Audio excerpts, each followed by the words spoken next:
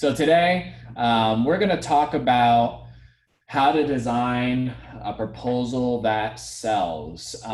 Really excited about this. We've seen hundreds and hundreds of companies and their proposals and what they look like. All of our clients that we work with use some kind of proposal or Word document, spreadsheet to calculate the price for their clients. And what we've done is put together kind of best practices of what we've seen out there and helping everybody, the whole community, try to avoid some of the pitfalls that we have in our proposals, or maybe some of the best practices from like the top companies that we work with. So let's just dive in. The problem with a lot of our proposals that we see, like I said before, we worked with hundreds and hundreds of different kinds of proposals, but some people are good at certain things. Some people are not good at certain things. We all have our blind spots, but some of the consistent things that I've seen out there is that they are too complex. And what I mean by that is that there's a lot of legalese in these proposals. Some of it's necessary, some of it is unnecessary, but we all know that the client doesn't even read the legalese. A lot of our clients have a lot of our proposals have technical information that clients don't even understand. So, maybe you're in roofing and you're talking about TPO and flashing, or maybe you're in HVAC and you have this unit or this type of service.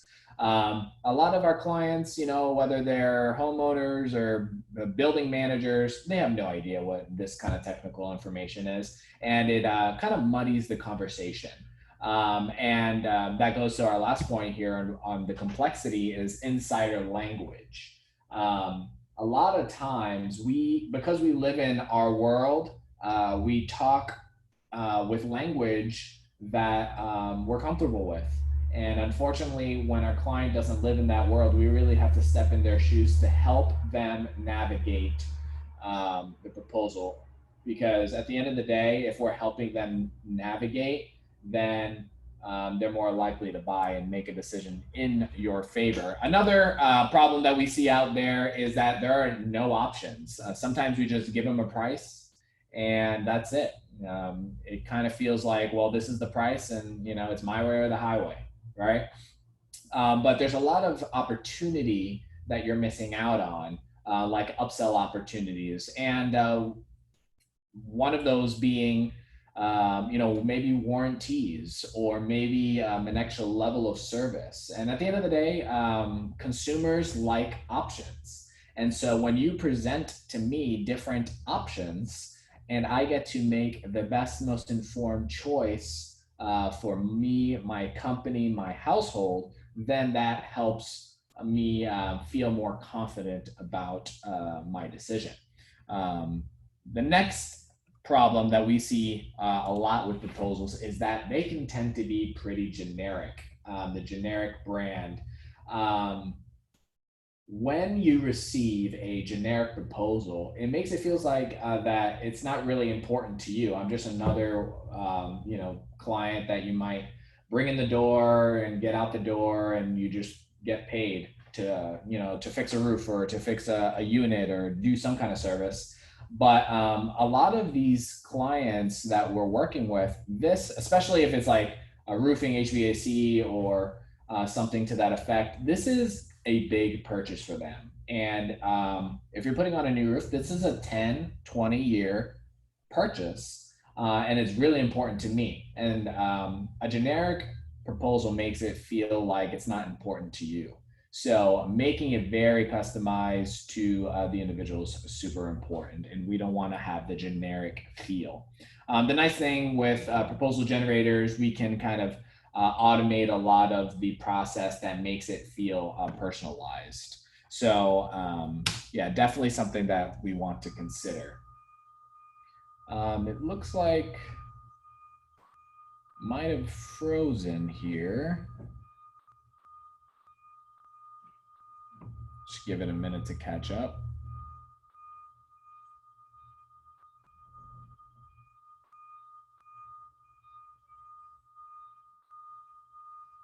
There we go. Can we see everything okay still?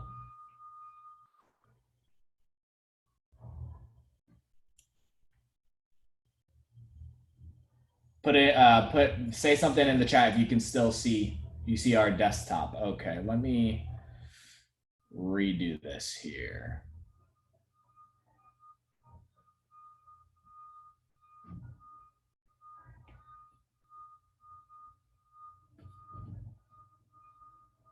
Can you see it now? Perfect, perfect, perfect.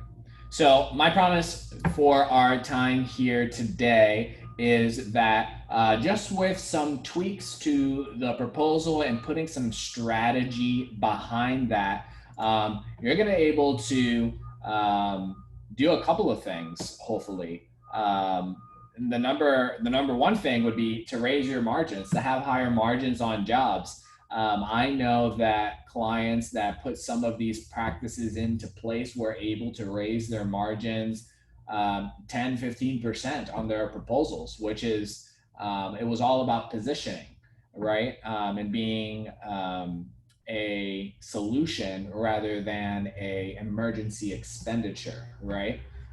So that's what I'm going to share with you guys here today. Also, to stand out from the competition. Imagine you're bidding out on a job and the client gets 5 different quotes and proposals. Having a quality proposal is really going to help you stand out from the competition and make it feel like it's coming from a professional environment. And with both of those, it's going to be a win for you. It's going to be a win for the client. And that, at the end of the day, is a good partnership that we want to build with our clients. So, winning proposal best practices. Before we hop into that, I want to show you a quick model, a framework to help you answer these questions. What a winning proposal contains.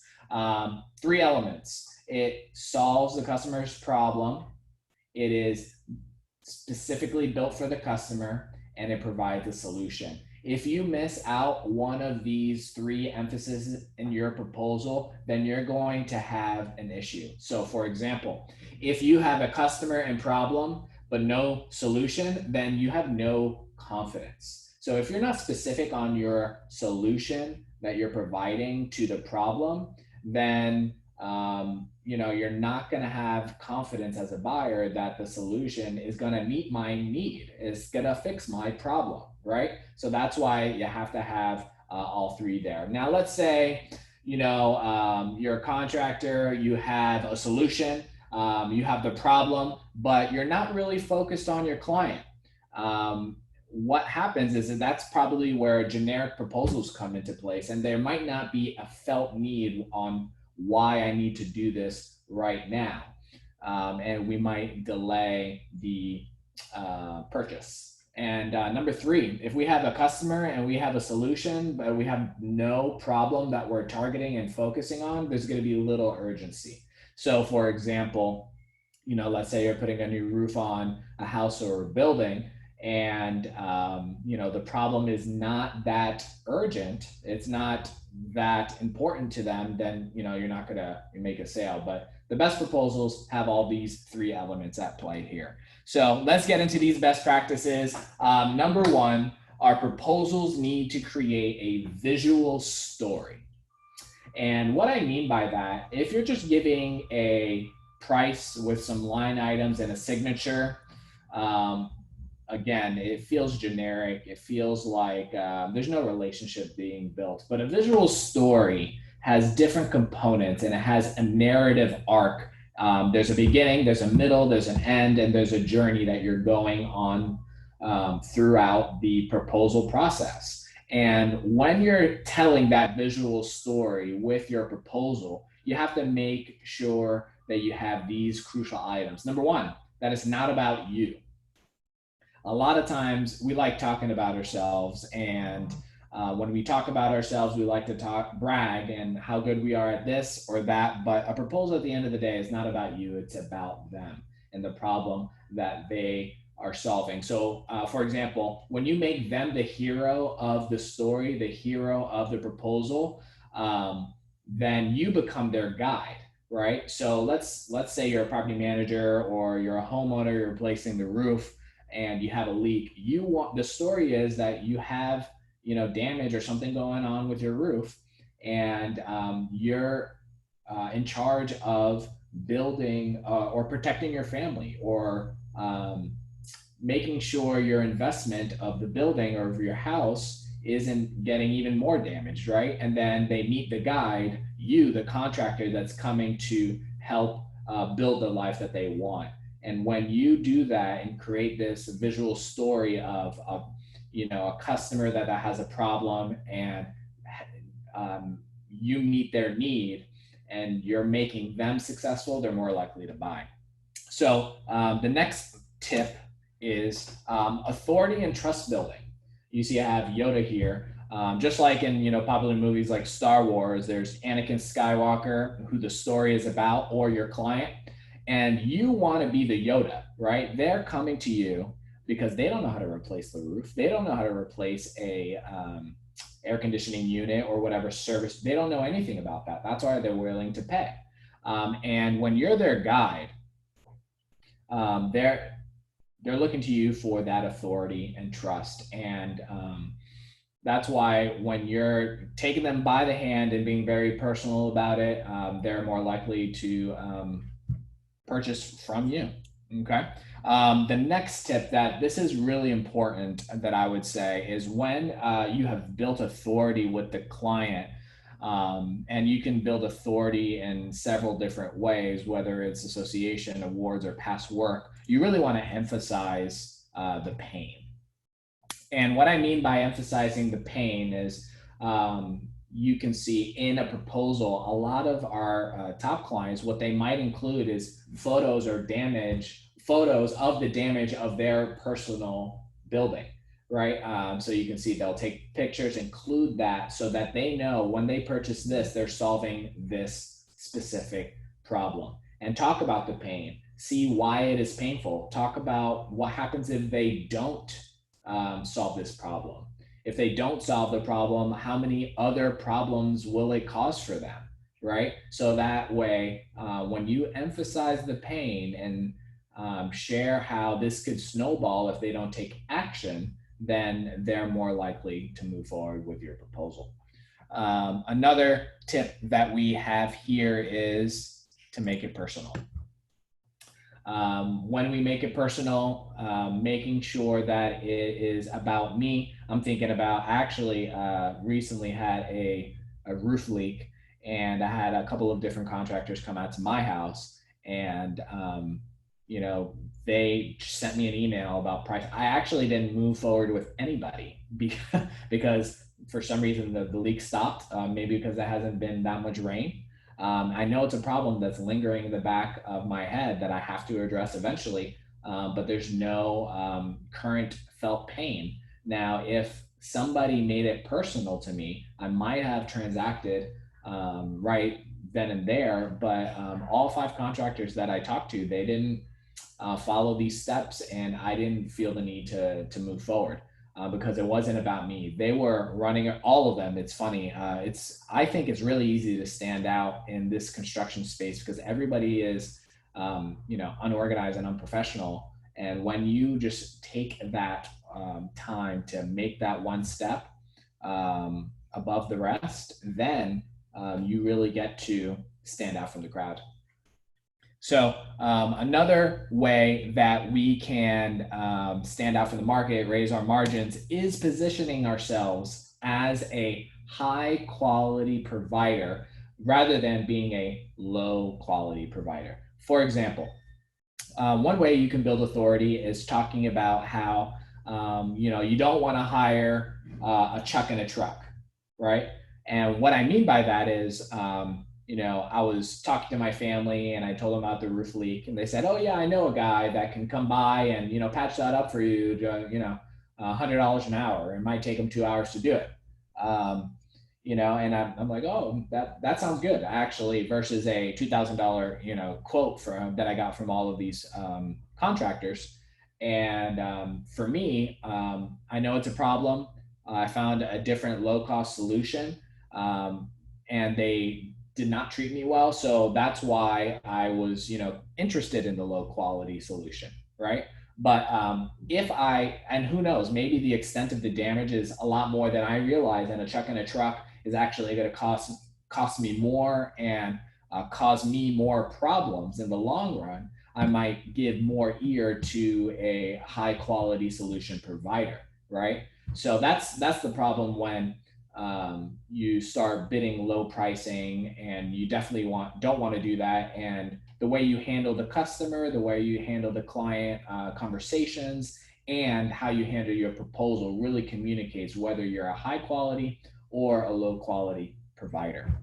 So that's very important. And the nice thing about it is when you position yourself as a high quality provider, people are willing to pay that 10 to 15% more because you've built your authority.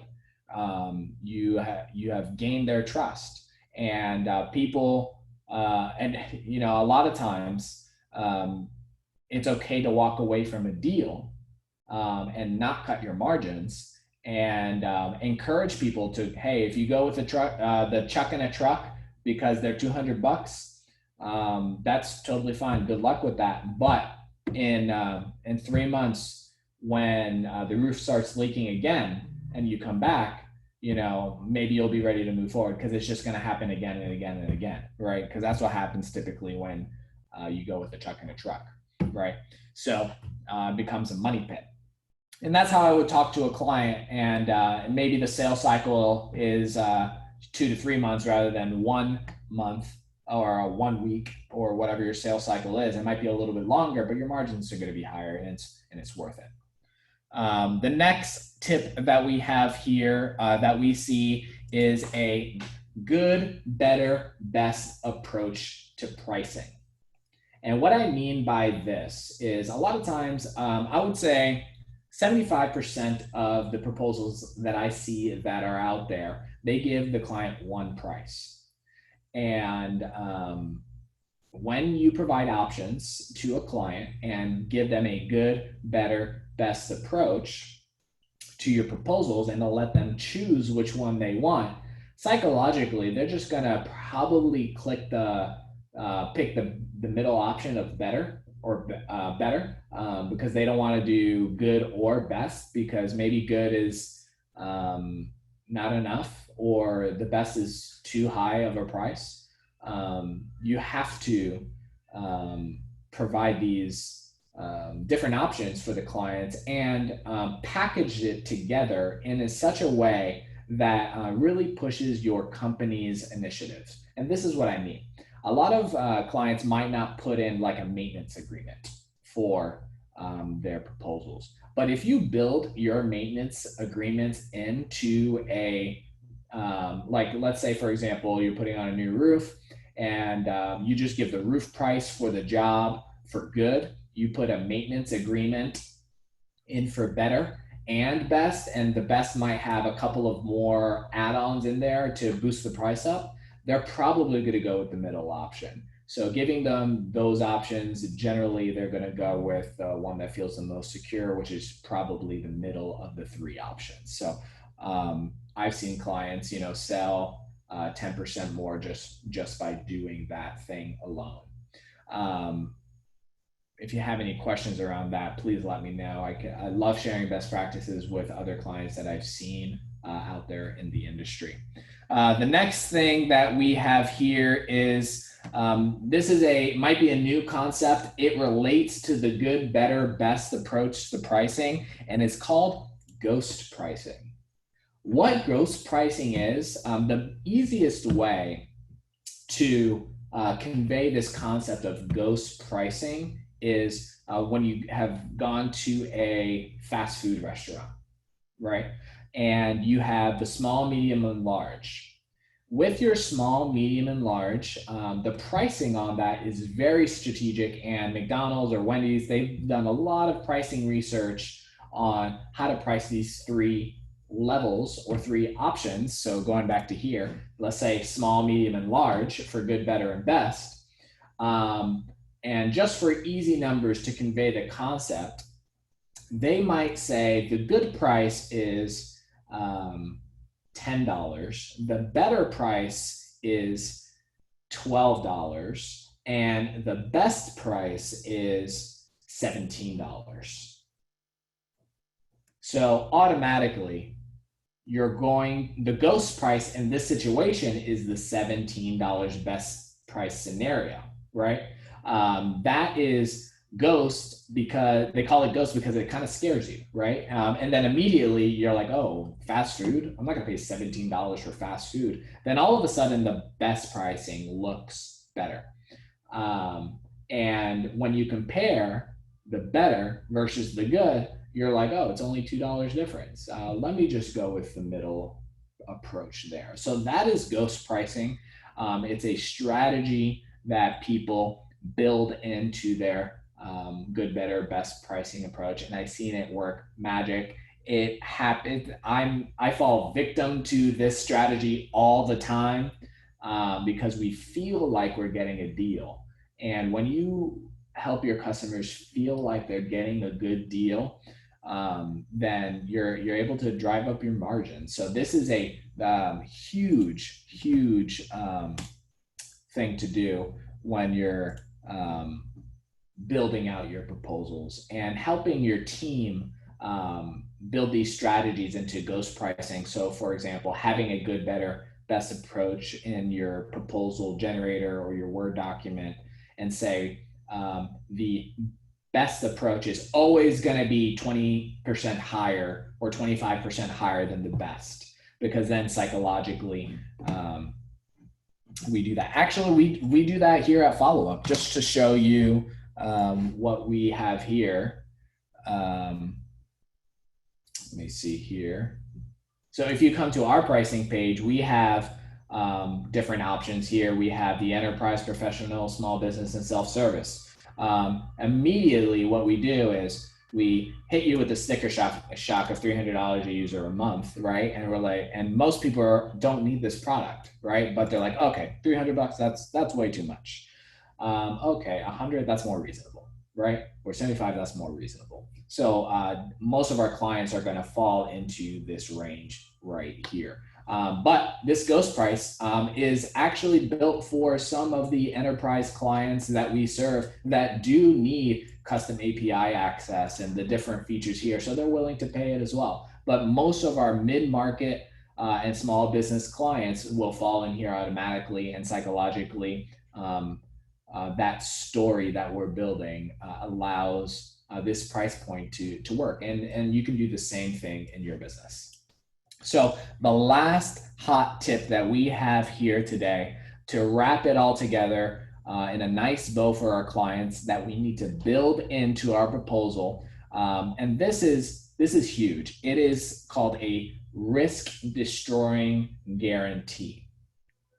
And what I mean by this is a lot of time, if someone's making a $10, $15, $20,000 purchase, they're hesitant to move forward. So if you can do some kind of risk destroying guarantee in the client's mind, then whether that be if you're in roofing, maybe you want to say no leaks guaranteed for a year, or we'll service it for free, something like that. That will help you close the deal faster, because you're helping them at the end of the day, and they're partnering with you rather than I hope this works, right? And the risk destroying guarantee helps you, and if you're upfront with that risk destroying guarantee, it shortens the negotiation time that you see out there when it comes to proposals. So this is another big missing piece that I see. And like I said, every client has their positives and negatives of their proposals, but taking the best practices from hundreds, putting them together into one visual story. Here is a summary of putting all those best practices together. So we want to build a visual story, build trust and authority, emphasize the pain, make it personal, make it high quality, have a good, better, best approach to pricing with ghost pricing built in, and then a risk destroying guarantee. If you have all of those in your proposal and uh, putting it together in a story, just like we're looking at right here, you're more likely to win more jobs at a higher margin. So what I want to hear from you guys in the chat is, from this list right here, which are the ones that you need to go back and implement in your proposal at your company? I want to see that in the chat. Which one are you going to take away with you? Let's pull up the chat here.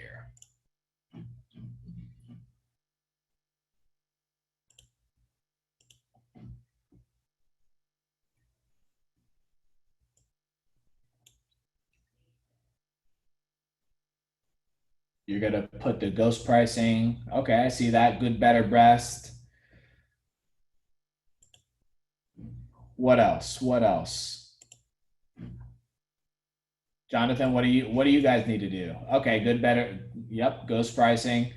Tom, Michael, what about you guys? Jesse?